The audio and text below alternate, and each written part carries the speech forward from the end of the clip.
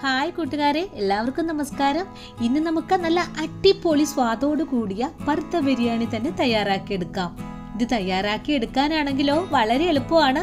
അതുപോലെ ഇതിൻ്റെ ഉള്ളിലിരിക്കുന്ന ചോറിനും മസാലയ്ക്കൊക്കെ പൊളി സ്വാദാണ് കേട്ടോ. തീർച്ചയായിട്ടും നിങ്ങൾക്ക് ഇത് ഒരുപാട് തന്നെ ഇഷ്ടപ്പെടും. നമ്മുടെ വീട്ടില് നമ്മൾ മിക്കപ്പോഴും തയ്യാറാക്കി എടുക്കുന്ന ഒരു ഭക്ഷണമാണ് ബിരിയാണി.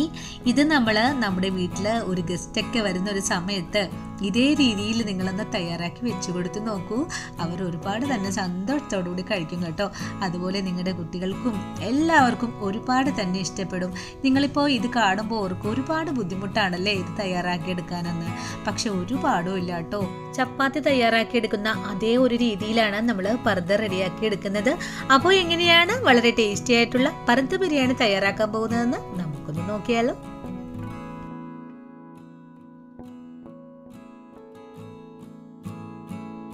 ഇനി നമുക്ക് പറുത്ത ബിരിയാണി തയ്യാറാക്കുന്നത് എങ്ങനെയാണെന്ന് നോക്കാം. നമ്മൾ ഇതിനു വേണ്ടിയിട്ട് റൈസും അതുപോലെ മസാലയും 2 ഭാഗമായിട്ടാണ് കേട്ടോ വേവിച്ചെടുക്കുന്നത്. മസാല ഉണ്ടാക്കാൻ വേണ്ടിയിട്ട് ഞാനിവിടെ എടുത്തിട്ടുള്ളത് 1 കിലോ മട്ടനാണ്. ഇതേപോലെ വലിയ പീസുകളായിട്ടാണ് കേട്ടോ കട്ട് ചെയ്തിട്ടുള്ളത്. ഇനി നമുക്കിതൊന്ന് വേവിച്ചെടുക്കണം. ഞാൻ കുക്കറിലിട്ടാണ് കേട്ടോ വേവിച്ചെടുക്കുന്നത്. ഞാൻ മട്ടൻ കുക്കറിലേക്ക് മാറ്റി കൊടുത്തിട്ടുണ്ട്.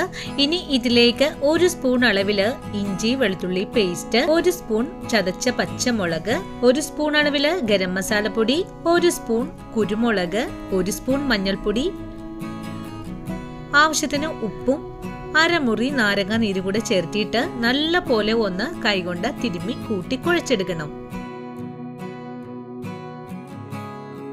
നല്ല പോലെ ഒന്ന് കുഴച്ചു കഴിഞ്ഞാല് ഇനി ഇതിലേക്ക് 1/2 ഗ്ലാസ് വെള്ളവും കൂടെ ഒഴിച്ചു കൊടുത്തിട്ട് ഇത് നല്ല പോലെ ഒന്ന് ഒരു 5 വിസിൽ വരുന്നത് വരെയും നമുക്കൊന്ന് വേവിച്ചെടുക്കണം. മട്ടൻ വേവിച്ചെടുക്കുന്നതിനായിട്ട് ഞാനൊന്ന് അടുപ്പിലേക്കൊന്ന് മാറ്റിയിട്ടുണ്ട്. മട്ടൻ വെന്ത് വരുന്ന സമയം കൊണ്ട് നമുക്ക് 1 കിലോ കൈമ റൈസ് ഒന്ന് നല്ലപോലെ ഒന്ന് കഴുകിയതിന് ശേഷം അരമണിക്കൂർ ഒന്ന് വെള്ളത്തിലിട്ട് കുതിർത്തിയിട്ട് നമുക്കിതൊന്ന് ഊറ്റി വെച്ചു കൊടുക്കാം. ഞാനിപ്പോൾ വെള്ളത്തിലിട്ടിട്ട് അരി ഒന്ന് ഊറ്റിയെടുത്തിട്ടുണ്ട്. ഈ സമയം നമ്മുടെ മട്ടൻ 5 വിസിലിന് ശേഷം ഒന്ന് ഓഫ് ചെയ്ത് കൊടുത്തിട്ടുണ്ടായിരുന്നു. ഇപ്പോൾ നല്ലപോലെ തണുത്തതിന് ശേഷം മൂടിയൊന്ന് തുറന്ന് നോക്കിയപ്പോൾ നല്ല പോലെ തന്നെ ഒന്ന് വെന്തൊക്കെ കിട്ടിയിട്ടുണ്ട്. ഇപ്പോൾ നമ്മുടെ മട്ടനിൽ കുറച്ച് വെള്ളം അധികം തന്നെ ഉണ്ട്. നമുക്കിതിൽ നിന്നും കുറച്ച് വെള്ളം ഒന്ന് മാറ്റി വെക്കണം. നമുക്കത് ആവശ്യമുണ്ട്. റൈസ് വേവിക്കുമ്പോൾ അത് ചേർക്കേണ്ടതാണ്. ഇനി നമുക്ക് ബിരിയാണിയുടെ റൈസ് വേവിച്ചെടുക്കാം. ഇതിനായിട്ടൊരു പാൻ ഒന്ന് അടുപ്പിലേക്ക് വെച്ചു കൊടുത്തിട്ട് ഒന്ന് ചൂടായി വന്നപ്പോൾ കുറച്ച് ഓയിൽ കൂടെ ചേർത്തിട്ട് 1 പിടി സവാള ഒന്ന് ഫ്രൈ ചെയ്ത് മാറ്റാൻ പോവാണ്. സവാള നല്ല തിന്നായിട്ട് കട്ട് ചെയ്തിട്ടുള്ളതാണ്. ഇപ്പോൾ നല്ല പോലെ ഒന്ന് ഫ്രൈ ആയി വന്നിട്ടുണ്ട്. ഇതെല്ലാം നമുക്കൊന്ന് കോരി മാറ്റി വെക്കാം. സവാള ഒന്ന് ഫ്രൈ ചെയ്ത് മാറ്റി കഴിഞ്ഞാൽ പിന്നെ നമുക്ക് വേണ്ടത് 1 കപ്പ് അളവില് ക്യാഷ്യൂസും റൈസിൻസും ആണ്. ഇതുകൂടെ ചേർത്തിട്ട് നല്ലപോലെ ഒന്ന് വഴറ്റിയതിന് ശേഷം നമുക്കിത് ഒന്ന് ഫ്രൈ ചെയ്ത് മാറ്റാം. ഇപ്പോൾ നമ്മൾ ഫ്രൈ ചെയ്തതെല്ലാം മാറ്റി വെച്ചിട്ടുണ്ട്. വീണ്ടും ഇതേ പാൻ തന്നെ വെച്ചു കൊടുക്കുവാണ്. ഇതിലേക്ക് 1 സ്പൂൺ നെയ്യും കൂടെ ചേർക്കുന്നുണ്ട്. ഇനി ഇതിലേക്ക് കുറച്ച് മസാലകളും കൂടെ ചേർത്ത് കൊടുക്കണം. 1 സ്പൂൺ സജീരകം, 4 കഷ്ണം പട്ട, 2 ബേ ലീഫ്, 1 സ്പൂൺ അളവില് പെരിഞ്ജീരകം, 1 ചെറിയ കഷ്ണം തക്കോലം, 5 ഏലക്കായ, 5 കറയാമ്പും കൂടെ ചേർത്തിട്ട് ഒന്ന് മൂപ്പിച്ചെടുക്കണം. ഞാനിപ്പോൾ മസാല ഒന്ന് ഇട്ട് കൊടുക്കുവാണ്. നമ്മളിന്ന് റൈസ് ഒന്ന് വറ്റിച്ചെടുക്കുവാണ് കേട്ടോ. നമ്മൾ ഊറ്റുന്നില്ല. കൂടെ തന്നെ ഇതിലേക്ക് 1 സ്പൂൺ അളവില് പച്ചമുളക് ചതച്ചതും ഇഞ്ചി വെളുത്തുള്ളി പേസ്റ്റും കൂടി ചേർക്കുവാണ്.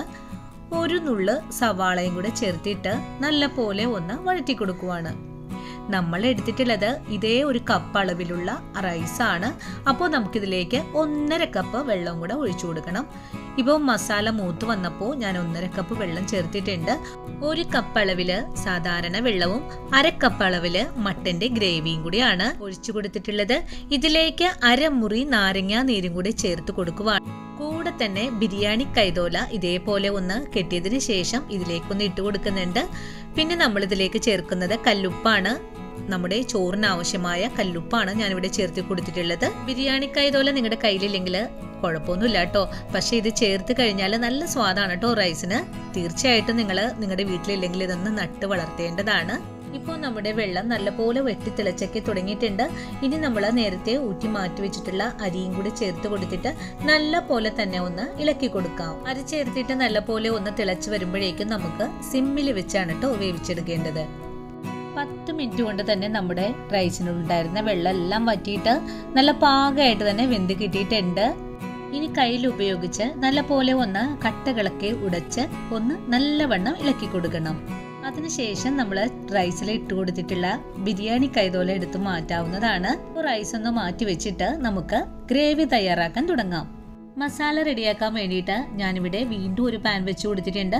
പാൻ ഒന്ന് ചൂടായി വന്നപ്പോൾ ഇതിലേക്ക് കുറച്ച് ഓയിൽ കൂടെ ഒഴിച്ചു കൊടുത്തിട്ട് 2 കഷ്ണം കറുവപ്പട്ട, ഒരു തക്കോലം, ഒരു കറുത്ത ഏലക്ക, 3 കറിയാമ്പൂ, 5 ഏലക്കായ, 2 സ്പൂൺ അളവിൽ ഇഞ്ചി വെളുത്തുള്ളി പേസ്റ്റ്, 2 സ്പൂൺ അളവിൽ പച്ചമുളക് കൂടെ ചേർത്തിട്ട് ഒന്ന് നല്ല പോലെ ഒന്ന് വഴറ്റി കൊടുക്കാം. ഇതെല്ലാം ഒന്ന് മുരിഞ്ഞു കഴിഞ്ഞാൽ പിന്നെ നമുക്കിതിലേക്ക് 4 സവാള നൈസായിട്ട് കട്ട് ചെയ്തത് കൂടെ ചേർത്ത് ഒന്ന് വഴറ്റിയെടുക്കാം. വഴറ്റിക്കൊണ്ടിരിക്കുന്ന സവാളയിലേക്ക് 2 സ്പൂൺ അളവിൽ നെയ്യ് കൂടെ ചേർത്തിട്ട് ഒന്നും കൂടെ നല്ല പോലെ തന്നെ ഒന്ന് വഴറ്റിയെടുക്കാം. ഇപ്പോൾ നമ്മുടെ സവാളയുടെ കളറൊക്കെ ഒന്ന് ചേഞ്ചായി വന്നിട്ടുണ്ട്. ഇനി ഇതിലേക്ക് 1/2 സ്പൂണോളം മഞ്ഞൾപ്പൊടി കൂടെ ചേർത്തിട്ട് ഒന്നും കൂടെ വഴറ്റിയെടുക്കാം.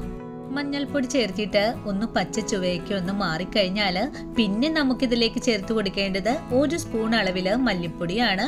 മല്ലിപ്പൊടി ഒന്ന് ചേർത്ത് ഇളക്കി കഴിഞ്ഞാൽ പിന്നെ 1 സ്പൂൺ അളവിൽ കുരുമുളക് പൊടിയും കൂടെ ചേർക്കാം. കൂടെ തന്നെ 1 സ്പൂൺ അളവിൽ ഗരം മസാലപ്പൊടിയും കൂടെ ചേർത്ത് കൊടുത്തിട്ട് നല്ല പോലെ ഒന്ന് മുരിയിച്ചെടുക്കാം.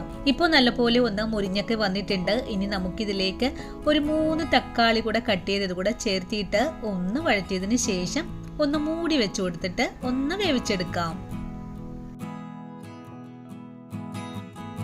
മൂടി വെച്ചിട്ട് 5 മിനിറ്റ് കഴിഞ്ഞിട്ടുണ്ട്. ഇനി ഒന്ന് മൂടി തുറന്നപ്പോൾ തക്കാളി ഒന്നും കൂടെ നല്ലപോലെ ഒന്ന് ഉടച്ചതിന് ശേഷം നമ്മൾ നേരത്തെ വേവിച്ചിട്ടുള്ള മട്ടനും കൂടെ ചേർത്തിട്ട് നല്ലപോലെ ഒന്ന് ഇളക്കി യോജിപ്പിക്കുവാണ്.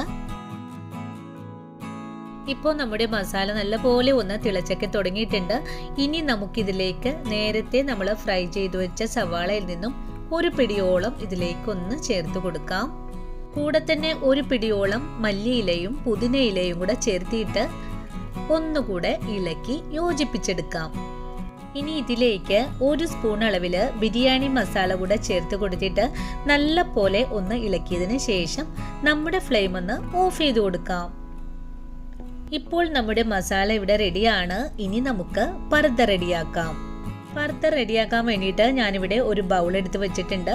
ബൗളിലേക്ക് 1/2 കിലോ അളവിൽ മൈദപ്പൊടി കൂടെ ചേർക്കുവാണ്.